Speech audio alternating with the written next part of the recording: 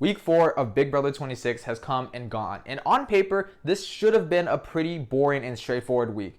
Everybody knew about Quinn's deepfake HOH, everybody knew he was going to use it, everybody knew Tucker was going to be his target. It should have been a pretty boring week. However, this season continues to deliver and fire on all cylinders. What should have been a pretty boring and straightforward week divulged into yet another week of chaos. And it was a bunch of these events all culminating together to create this one perfect storm. But how did it all break down? Well, that's why I'm here. In this video, I'm going to be recapping the events of week 4 of Big Brother 26 and giving my updated power rankings. So with all of that preamble out of the way, it is the one and only RJ21 here, and let's get into the Big Brother 26 week 4 recap and power ranking. Week 4 starts off with the Bad AI HOH competition. It's essentially a variation of the knockout competition where 2 house guests step up and analyze 3 photos, and they have to pick the one photo with the error. Answer correctly and you eliminate your opponent and pick the next 2 people to play.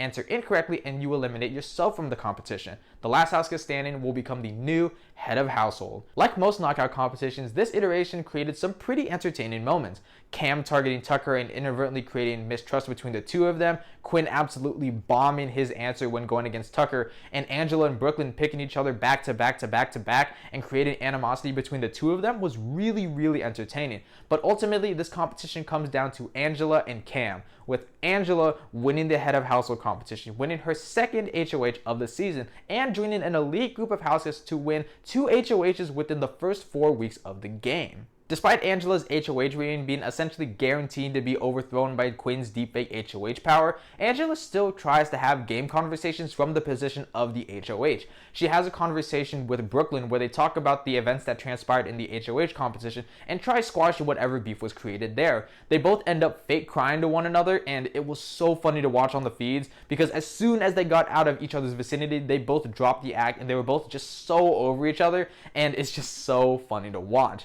Angela also had a conversation with Tucker where they essentially just solidified the final 2 that was inadvertently made in the prior week. We then go to Quinn where he is talking about his plans about how to use the deepfake HOH power since he is going to activate it, since he absolutely does not trust Angela in a position of power, especially as HOH. So Quinn's initial plan is to nominate Tucker, Makensy, and Rubina with the intention of targeting Tucker. And he's going to stick with this plan until he has a conversation with Cedric, where Cedric volunteers himself as a pawn so he can settle the beef and squash it with Tucker, having his one-on-one with him and beating him out, sending Tucker out of the game. For some reason, the Pentagon agrees to this plan about Cedric being the pawn. So, at an impromptu nomination ceremony hosted by the AI deepfake of Angela, which might I add is one of the funniest things Big Brother has ever done in recent history, AI Angela chooses to nominate Tucker, Makensy, and Cedric, with Tucker being the target. We then pick players for the power veto competition where the real HOH in Angela, the 3 nominees in Cedric, Makensy, and Tucker, and Joseph and Brooklyn are yet again selected to all compete in the power veto competition. This veto competition is the binary bridge comp, which is played in a tournament head-to-head style bracket. If you grew up watching Nickelodeon in your childhood and you remember Brain Surge, it's essentially like the final round, where the house guests have a path in front of them with green and red tiles. They can only step on the green tiles, and the first house guest to get to their end of the path while only stepping on the green tiles would win their round, and the last house guest standing would win the power of veto. Ultimately, the final round comes down to Cedric and Tucker, the ultimate showdown that everybody wanted, with Tucker coming out on top and winning another veto, winning his 4th competition within the span of 2 weeks. It should be pretty obvious that Tucker is going to use the power of veto on himself, but this is Tucker we're talking about. Probably the first house guest in Big Brother history where we genuinely have to ask, are they going to use the power of veto on themselves? And Tucker is somewhat contemplating not using the veto on himself just so he can be the one to beat Cedric and send him home. Ultimately, he doesn't go through with his plan, and at the veto ceremony, Tucker uses the power of veto on himself, and Quinn nominates Rubina in his place because Rubina is in very close proximity to Tucker. At this point, the vote seems pretty set in stone. If Makensy doesn't win the AI arena, she's going home. But if she does win, then Rubina is going to be the one going home, since the Pentagon and the larger onion of that in the collective control the votes. However, Tico and Kimo realize that they are on the outs of the collective and they know of the existence of the Pentagon. So to keep their really close ally in Rubina in the game, they are considering flipping the vote and gathering all of the people who are not in the core Pentagon alliance to flip on the Pentagon and send Cedric out of the house. And they are going to work. They are going to Makensy, they're going to Leah, and they're going to Joseph to try and flip the votes to get Cedric out of the game. We then get to the BBAI Arena, which is the upload-download competition, where HouseGuests have to roll 5 balls up the hill and land them at the peak, uploading them to the system.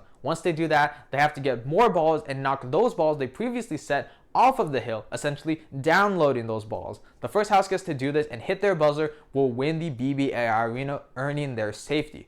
Ultimately, this competition was really close. I mean, the 2 people who were finishing like in the top were literal seconds away from finishing within one another. But ultimately, Makensy ends up winning the BBAI Arena, earning her safety and her way off the block, leaving Cedric and Rubina on the block. This is the first time this season where we actually see everybody scrambling after the BBAI Arena, where everybody's getting pulled into rooms to see where the votes are going to fall. But ultimately, by a vote of 6-3, Cedric is the 4th HouseGuest to be evicted from the Big Brother 26 house, with only Cam, Chelsie, and Brooklyn voting to keep him. Yo, Cedric, you got something behind your ear. What is that? Oh, look what I got, huh? Now it's time to get into the power rankings. At number 13, the most recently evicted HouseGuest, we have Cedric, and I'm genuinely sad to see Cedric go. Like, out of all of the evictions so far this season, Cedric is the first HouseGuest evicted to where I'm genuinely sad to see him go. On one hand, I wanted to see him go because I didn't want to see this Pentagon alliance steamroll the entirety of the game, because they were starting to pick up traction and they definitely were on track to steamroll the rest of the season. So I didn't want that to happen. But on the other hand, I just didn't want it to be Cedric. In the preseason, I loved Cedric. I loved his energy. And even in his time in the house, he showed that he is a genuinely good dude. And he had such genuine intentions, and he loved all of this time that he spent in the Big Brother house. And it's so apparent how much he loved it in his exit interviews and his extended exit interviews, where he talks about his time in the house. Like, Cedric wanted to be there so bad, and he might have not been the biggest super fan of the game. He might have not been the most game savvy, but he was a genuine dude with good intentions and just wanted to play the game of Big Brother for what it was. And while I am excited to see how the Pentagon Alliance crumbles after Cedric leaves, it is so disappointing to see Cedric leave. Like, it should have been Cam. It should have been Cam. If anybody from the Pentagon was going to go home this week, it should have been Cam. But instead, we lose Cedric. And I'm so disappointed to see him. Like, I'm so disappointed to see him go. In terms of the game he played this season, it definitely wasn't top tier, but it wasn't as abhorrently bad as the people we've seen in the prior weeks, like Matt, Lisa, and Kenny. Like, Cedric was genuinely playing the game, and he was in a genuinely good position. Like, the first week, I think he plays it really, really well, especially with the disadvantage he was given. I think he played that week amazingly. He was able to solidify the core with himself, Chelsie, and Cam. He was able to be one of the founders of the Pentagon. He was included in the collective. Like, Cedric was playing the game really well, and he had all of these things built around him, but his game crumbled because he volunteered himself up on the block, which should once again be a message to future Big Brother HouseGuests that, hey, don't volunteer yourself to be up on the block. It's a dumb idea and it's stupid and you shouldn't do it. And Cedric should be the shining example of how things can flip if you volunteer yourself to be up on the block. Ultimately, I think he was a bit too overconfident in his numbers. I don't think he actually took into account the real possibility of people flipping the vote on him, and he ultimately paid the price for it. And it's really upsetting to see him go, but ultimately, he is here at number 13. I can't wait to connect, and I don't believe you're 21. Love you, man. I'll see you soon. Cedric, I really did want you in this house. Now it's time to talk about the players that are actually still in the game. At number 12, the HouseGuest I believe to be in the worst position in the game is Angela. And is this really a surprise at this point? Like, Angela is perpetually going to be at the bottom of these lists unless she does something drastic, which we know she is capable of doing, but it's always something bad. Like, she's always going to do something drastic, in the wrong way that hurts her game. I think her exploding in week 1 is just what tanked any social capital she had in the game, and I'm surprised she even made it this far in the first place. But In terms of the game she has right now, she's actually doing a lot better than she was in prior weeks. She's been able to solidify this final 2 with Tucker. She was brought into this 5-person alliance with herself, Tucker, Rubina, Kimo, and T-Core with the tanks. Mind you, she kind of forced her way into that alliance, but still, that is an alliance she is included in, and that is an alliance that wants to keep her around, at least for a number in the short term, and that is something that is going for her in that sense. And if Tucker were to win an HOH, she is most definitely going to be safe, and we know how likely Tucker is to win a competition. So Angela is most likely going to be safe in that sense, but with Angela now being so closely aligned to Tucker, everybody is now associating Angela with Tucker. So if somebody on the Pentagon side of the house, such as Quinn or Chelsie, were to win an HOH, Tucker is going to be nominated alongside Angela. And if Tucker does end up winning either the veto or the AI arena, Angela is most likely going to be evicted as the secondary target. And that's not a very good position to be in. But as it stands right now, I think Angela is still in a pretty bad position. She still hasn't fully recovered from her absolute blow up in week 1. And she's pretty much on the bottom of the house, just sitting around as a number for other people to use until she's eventually taken out. And unless she does something drastic in a good way this time, I think she's going to be at the bottom of the house for the remainder of her time in the house, which is why I have her here at number 12. What is going on? Why am I up on the screen? Who is this mad woman? What is about to happen here? At number 11, I have Tucker. And Tucker is like the number 1 target for the Pentagon side of the house. Like, if Tucker doesn't win a competition, he's going home. And it's a pretty bad position to be in nonetheless, but Tucker has proved multiple times that if he is put in a position where he needs to win a competition, he can win that competition. And it's crazy because the competitions were actually made equitable this season. Like, they weren't like overwhelmingly physical like they have been in prior seasons, yet Tucker is still winning everything. I mean, he won like 2 random AI arena comps, he won a random puzzle comp, and he won a memory comp. Like, this guy cannot be stopped. And to think he almost came in last place on the day 1 competition because he wasn't even trying. Like, that's how much of a beast Tucker is in these competitions. But in terms of his position within the house, he is slowly starting to build more alliances, more allies. He does have the Tanks alliance with himself, Rubina, T-Core, Kimo, and Angela. He does have a final 2 with Joseph that he does want to stick loyal to. So Tucker does have these numbers that are going to benefit him, but he's just such a huge target that he's going to be continuously targeted week after week. He's essentially like this final boss character that we've seen with these competition threats, somebody like a Frank or a Cameron, except way less controversial. Like, Tucker, sorry. No, but all in all, Tucker is in a pretty bad position. He needs to essentially win out and get all of his oppositions out before he can really try settling down and solidifying his position in the game. But because he isn't able to do that, he is here at number 11. Sucker! You just knocked yourself out. Keep trying to come after me, dude. I am having a blast beating you. At number 10, I have Makensy. And if Makensy didn't win the AI arena, she was going home. And I think even she knew that, but the fact that she was going to go home if she didn't win the AI arena to save herself is definitely a huge knock against her position in the game. But thank God she did win the AI arena, because we got an all-time great blindside and vote flip in getting Cedric out because of Makensy's win. So I am so grateful to her in that sense. But in terms of Makensy's position in the game, she's still not in a good position. Yes, she was looped into the vote flip to get Cedric out of the game, but was Makensy actually looped into that? Like, I feel like Makensy was going to vote Cedric out no matter what. And even though she was included in the right side of this vote, she hasn't solidified any allies because of this vote. She's even lost Leah. And in these prior weeks, I've been looping or grouping together Leah and Makensy as this duo, but now Makensy has really solidified herself as this loner, as this floater, as this person who is a lone wolf and genuinely on an island by herself. Like, I don't know if you've seen the image of her sitting all alone in the kitchen, but that's essentially her game. And it's really sad seeing it like this, because she does somewhat seem to have the potential to be a somewhat good player, but she's just not playing well in any sense.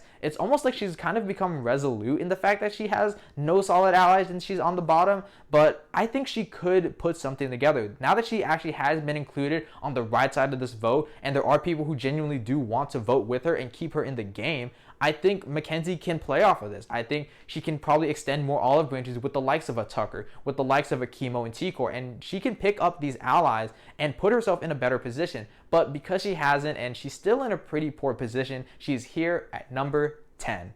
Everyone knows that Tucker is a wild card, so for all I know, he could easily choose not to use the power of veto on himself, and I'm terrified if I have to go against Tucker in the AI arena. At number 9, I have Leah. And Leah is a coaster. Despite Leah being one of the most pivotal votes of this flip, Leah is a coaster. She doesn't have any like really solid allies who genuinely like are looking out for her. I mean, she did have allies in the likes of Cam and Quinn especially, but she mishandles those relationships so poorly that they essentially just ditched her. And now Leah is this coaster figure. She is essentially on this island on her own, similar to a Makensy, except she actually has the potential to be picked up where people want to pick her up as a number and include her in alliances. But Leah is still not being included in those alliances because she's still not actively doing anything in the game. She is starting to talk game and trying to be included in things, like she was actually looped into the plan to vote out Cedric, and that is a good thing, but Leah still needs to be doing a lot more work branching out. She still needs to do a lot more work trying to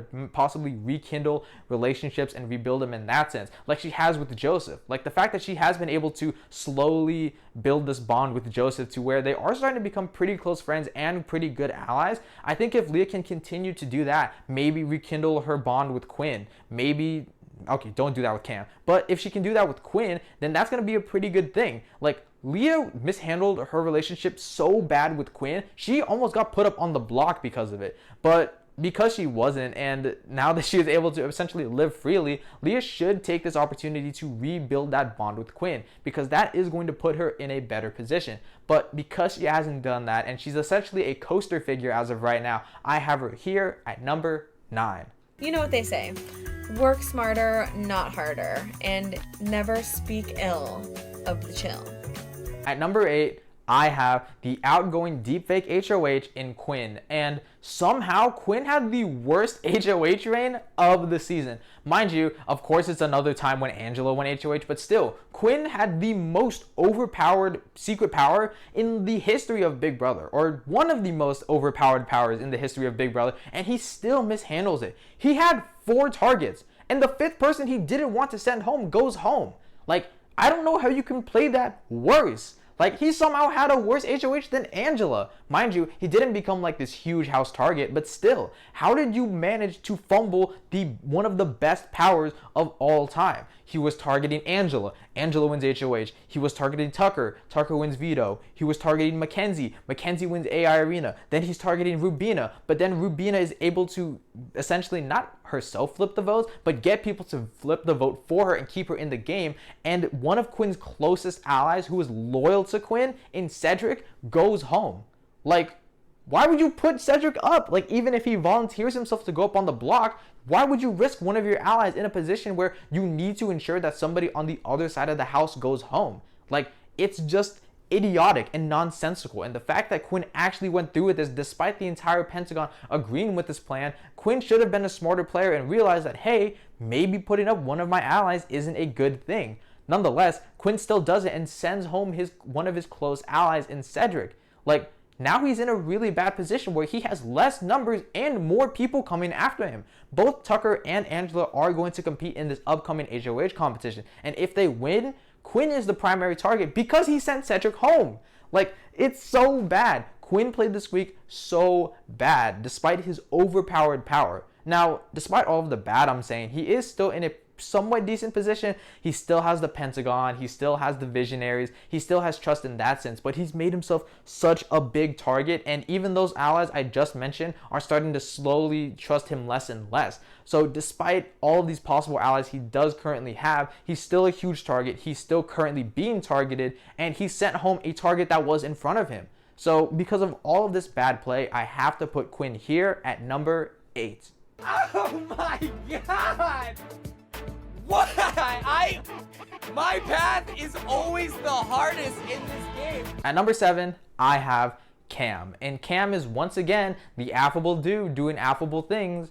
He has pledged his loyalty and allegiances to the Pentagon so hard that he is barely gaming with anybody outside of the Pentagon. Like, he is riding so hard with that alliance that people on the other side of the house are now targeting Cam because of how closely he is aligned. Like Tucker was saying that if he won HOH, he would put up Quinn, Cedric, and Cam. Mind you, Cedric is no longer in the game, so I don't know how those plans are going to change, but still, people are now considering to put Cam up on the block. And Cam, for me, is being pretty passive in the game. It's almost as if he feels too overconfident in the Pentagon. He feels that because he has this alliance that is expanded into the collective, that does have all of these numbers, he's almost becoming a little complacent in the game, trusting that the Pentagon is going to carry him further into the game. And now he just got blindsided by this vote and lost one of his closest allies in Cedric. And people are even questioning if Cam voted to keep Cedric. Like, that's how little Cam is doing in the game, where people don't even know what he's doing. His own allies don't even know that he's with them.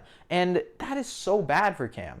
Now, despite all of that, Cam still has pretty good allies. He still has whatever is left of the Pentagon in Chelsie and Brooklyn, and that is at least something. And I do believe that Cam, if these competitions are to get more physical, Cam could win very vital competitions that could keep his game alive. But nonetheless, Cam is not playing this game pretty well. He's only in such a good position just by being an affable dude included in all of these alliances. And because of that, I have to put Cam here at number 7. It's time to saddle up. Who's gonna come out on top and win this HOH? Now it's crunch time. At number 6, I surprisingly have Rubina. And it feels so weird to have Rubina up this high because as of this morning, she was going home. Like, as of Thursday morning, she was going home. And had it not been for T-Core and Kimo finally waking up and realizing that they need to play this game actively, Rubina would have gone home.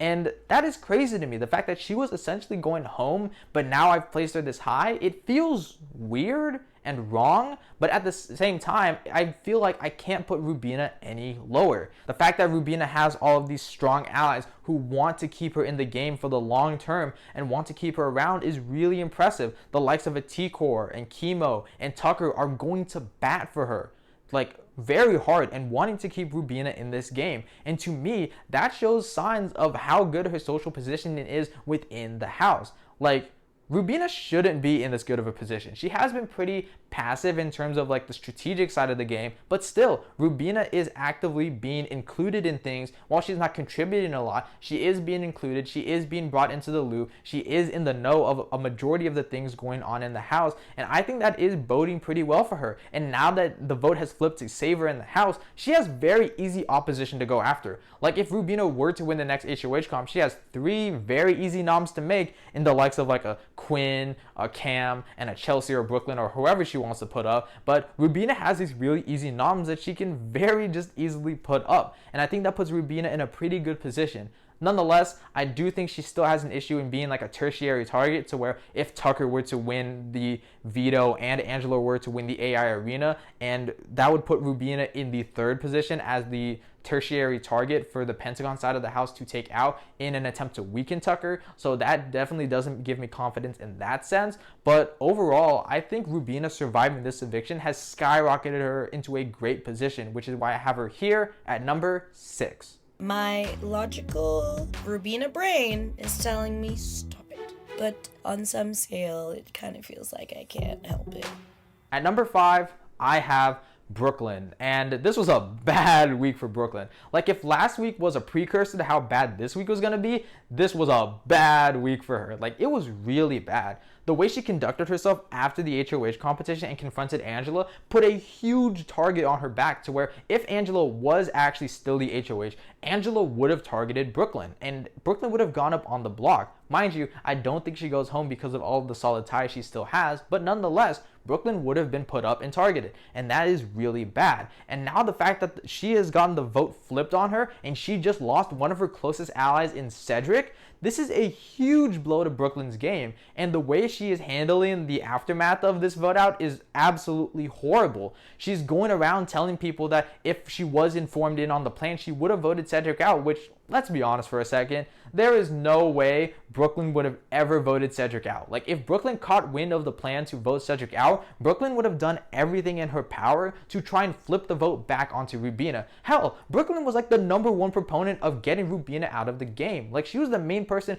campaigning for Rubina to go on the block. So you're not going to tell me that Brooklyn was going to vote out Cedric, one of her closest allies, over Rubina, the person she wanted to put up on the block and send out just to spite Tucker. Like, you're not going to tell me she was going to do that. Like, that's just absolute nonsense. But nonetheless, Brooklyn still is in a pretty good position. She still has really good ties with the women. She still has the remnants of the Pentagon, and she still is relatively safe in that sense. But her losing Cedric this early on in the game is definitely a huge blow to her position, which is why I have her here at number 5. Angela picks me again. I am furious.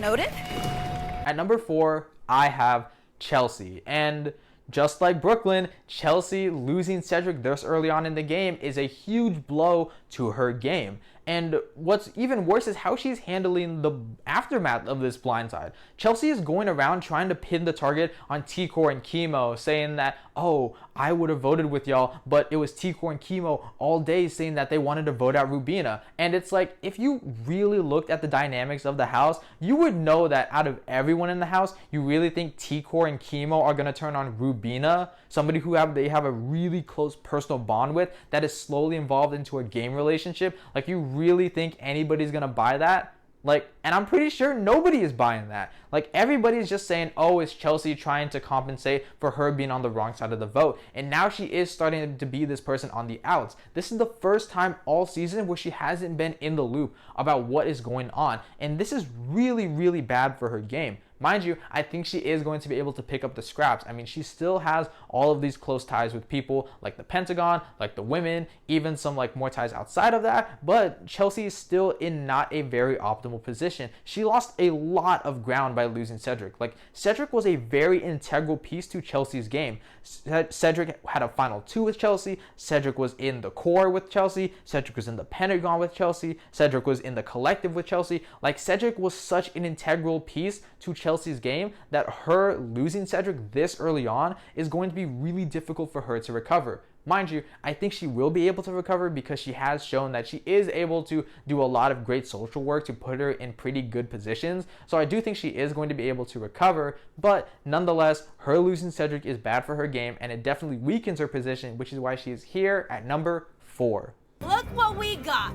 Not 1, Angela, but 2. I can't do this, y'all. I really can't. At number 3, I have Joseph. And even though I have been critiquing Joseph's game because he does think he is in a better position than he actually is, at this point, there is no denying that he is in a great position. I mean, he has these really solid final 2s with the likes of Tucker and Quinn, and now is building something with Leah. He is a part of the collective alliance. He is on very good terms with the Pentagon side. Like, Joseph has a lot of these good things going for him. And if Joseph can continue right in the middle, he is going to excel in the future portions of this game. The only issue I have with him is the fact that he was included in the vote. The fact that he did actually go alongside the plan to vote out Cedric does sort of weaken his position because the likes of Chelsie and Brooklyn are really starting to mistrust Joseph because of it. Mind you, I think voting Cedric out was best for Joseph's game. I mean, dismantling the core part of the Pentagon was a really integral part for Joseph's game, and he needed to do that and be involved in that flip. But the way in which he handled it was really bad. Like, the fact that he's actually sowed a lot of mistrust between some of the OG members of the Pentagon is really bad for him, and it does sort of weaken his position. But he's still not a primary target for them. He is still somebody that the remnants of the Pentagon want to work with and want to keep around, and that is continuing to put Joseph in a great position. Early on in this game, Joseph was looked at as a bit of a pawn, somebody who shouldn't really be taken seriously. But now Joseph is slowly blossoming into this power player, somebody who is in this middle position, who is able to sway between sides. And now he has used his middle position perfectly in taking out somebody who was strengthening a power position that didn't necessarily benefit him. And I think if Joseph can continue playing the middle without getting too much dirt on his hands, I think he's going to be in a pretty good position. Mind you, he hasn't actually been doing that. Like, people have been clocking him left and right throughout a majority of this season. But if Joseph can clean up his act and get some stuff together, I think Joseph's going to be in this game for the long haul, which is why he is here at number 3. Would I stick my neck out for my fellow critic at this point in the game? Hell no. But if he keeps lasting and winning out in these competitions, then we can talk. At number 2, I have T-Core, one of the pivotal members of this Cedric flip. And finally, like, people have been roasting T-Core and Kimo for their passivity in this game and their indecisiveness in choosing what to do, but finally they woke up and decided to do something that actually benefits their game in keeping Rubina. And thank God they finally made this move. I mean, this was an absolutely amazing move for their game. They're dismantling the core of the Pentagon that was viewing them on the bottom. Like, the likes of Brooklyn and Chelsie were saying that, oh, when we need to take out Kimo and T-Core, it's going to be an easy 2 weeks. Like, those are not the people you want to work with. And the fact that they actually successfully turned on those core Pentagon members and was able to take them out is absolutely insane. And I'm just so happy that T-Core was able to do that alongside Kimo. Now, mind you, I think T-Core actually gained a lot of social credit outside of this move, or because of this move. I think T-Core gained a lot of social capital because of this move, because she was actually actively going out and strategizing with the likes of a Makensy and a Leah. She is building a lot of trust with them, and people are now starting to slowly and naturally gravitate towards the likes of T-Core and Kimo, and this is going to be great for their games. Specifically with T-Core, I think T-Core is doing a lot well in terms of lowering her threat level. Mind you, she's already in the middle, but I think out of the likes of Kimo and T-Core, T-Core is definitely being viewed as the lesser threat of the two. Mind you, I don't think she is actually being involved in as much as Kimo in terms of having really strong bonds as opposed to just like, oh, pretty decent bonds. But T-Core is still in a very good position nonetheless, and this flip was amazing for her game. Even though people are trying to pin the target on T-Core, it's not very effective, and people still trust T-Core. And because of this, I have to put her here at number 2. I don't even know where to begin with how perplexed I am in this moment. At number 1, the house guest I believe to be in the best position as of week 4 is Kimo. And thank God for Kimo. Like, even though I was just praising T-Core about how she was able to flip this vote with Kimo, it was Kimo who was the one who was actively advocating for this flip to go forward. T-Core was being a little indecisive, a little hesitant, but it was Kimo, the one who was actively pushing for this flip to happen. And thank God Kimo was actually able to do it. The fact that Kimo was able to rally up all of these outsiders who aren't involved in the Pentagon and was able to flip the vote on Cedric and get Cedric out of the game is absolutely insane to me. And Kimo is reaping all of the benefits from it. He solidified this really core alliance with himself, T-Core, and Rubina. He now has really strong bonds with Tucker, Makensy, and Leah because of this flip. He still has the visionaries with Quinn. Like, the only people who are against Kimo at this point are the Pentagon. But at this point, everybody's targeting the Pentagon. So it's honestly playing out in his favor. Kimo did so much good work with getting this flip to actually go through. I think it's showing a lot of Kimo's strategic acumen within this game. People were criticizing Kimo alongside T-Core with how passive and indecisive he was being, especially with how he wasn't campaigning for Leah to go up on the block instead of Rubina. But now that Kimo has actually taken action and flipped the vote when it was actually the right time, I think it's absolutely amazing. I think this puts Kimo in a great position, and I think Kimo can ride this out to the end. Even though people are trying to target him and put a target on his back, nobody's believing them. Everybody trusts Kimo, everybody wants to work with Kimo, and I believe that Kimo is going to be able to ride this out for a very long time, which is why I have Kimo here at number 1. I don't know if I want to protect an alliance that just sees me as a number. So if we did want to make a move against the collective and also the Pentagon, maybe sending Ced home this week is a good first step. Overall, this season keeps on giving. We are absolutely feasting this season. The fact that we got more non-unanimous votes this season than the entirety of Big Brother 25 is crazy. Everybody is playing this game, and I am here for it. The flip on Cedric that happened literally the day of the eviction is absolutely insane to me. The fact that these people who were being overlooked and underestimated finally put together this huge plan and flip the vote on somebody who is so well insulated in the game. It's absolutely insane, and I am living for it. This is the peak Big Brother that I started watching this show because of. This is the drama, this is the chaos, this is the gameplay that I live for, and I'm so thankful that I'm able to watch and experience all of this in real time. This has been an absolutely amazing season so far, and if this season keeps on serving in all of these aspects, I'm going to love this season, and I think it is going to be an absolutely top tier season if everything keeps on serving. But those are just my thoughts. Leave your thoughts in the comment section down below. Be sure to like, subscribe, and share with your friends if you have any of those, and I'll see you all in the next video. Peace. I think we should both have been on. Oh my god, saying that sounds weird.